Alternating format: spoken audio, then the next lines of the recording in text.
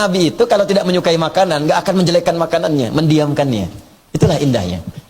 Itulah suami kalau istri masakin kemudian. Nasihat dulu.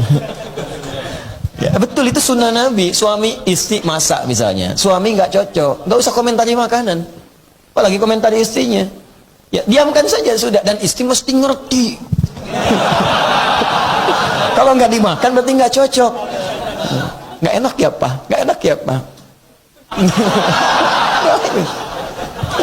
Udah. Jadi kalau dihidangkan itu ya makan, kalau nggak suka diamkan, nggak usah dicela, masih untung dimasakin. Ya, karena tugas istri itu sesungguhnya yang paling pokok itu tugas istri bukan masak. Ada dua tugas istri dalam Al-Quran. Dua di Quran surah keempat ayat 34 ini yang paling pokok. Ya, yang pertama, fasalihatu qanitatun. Awas. Perempuan istri yang salihah itu tugas pertamanya qanitat. Dia taat kepada Allah dengan cara menaati pada suaminya sepanjang suami minta yang baik-baik. Masya Allah.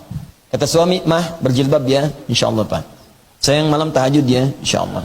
Saya nanti menghafal Quran ya, insya Allah. Ta'lim ya, insya Allah. Itu begitu Anda mengerjakan seperti itu ya akhwat, itu tanda ketaatan pertama di hadapan Allah Subhanahu Wa Taala.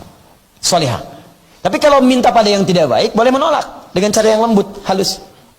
Saya yang buka jilbab ya, aku ada family gathering ini sekarang di perusahaan, ya yang lain nggak pakai jilbab, aku nggak enak sama yang lain. Boleh nolak, tapi dengan cara yang halus. Apa? Nah, itu cari masalah. Ya. Ya, sampaikan dengan cara yang lembut. Pak, ini saya diajari berjilbab itu sudah 40 tahun sama mama. Mama sekarang sudah nggak ada. Ini bagian dari bakti saya kepada mama. Saya khawatir ketika dibuka, kemudian saya wafat tanpa jilbab. Bagaimana pertanggungjawaban di hadapan Allah Subhanahu Wa Taala? Rezeki kita sudah diatur Pak, cuman surga kita belum teratur. Aku khawatir berpisah denganmu di surga kelak karena jilbab ini. Itu caranya. Ya, paham? Ya, yang kedua, hafizatul lil ghaibi bima hafizallah. Menjaga nama baik keluarga, khususnya suami, terutama ketika tidak sedang bersamanya di rumah atau dalam setiap tempat. Itu tugas istri, dua itu. Jaga nama baiknya. Allah. Hati-hati. Jadi ketika ada sesuatu pancingan-pancingan cerita yang tidak harus diceritakan, jangan cerita. Nah, ini kadang-kadang, mohon maaf nih, fokus kepada yang lain.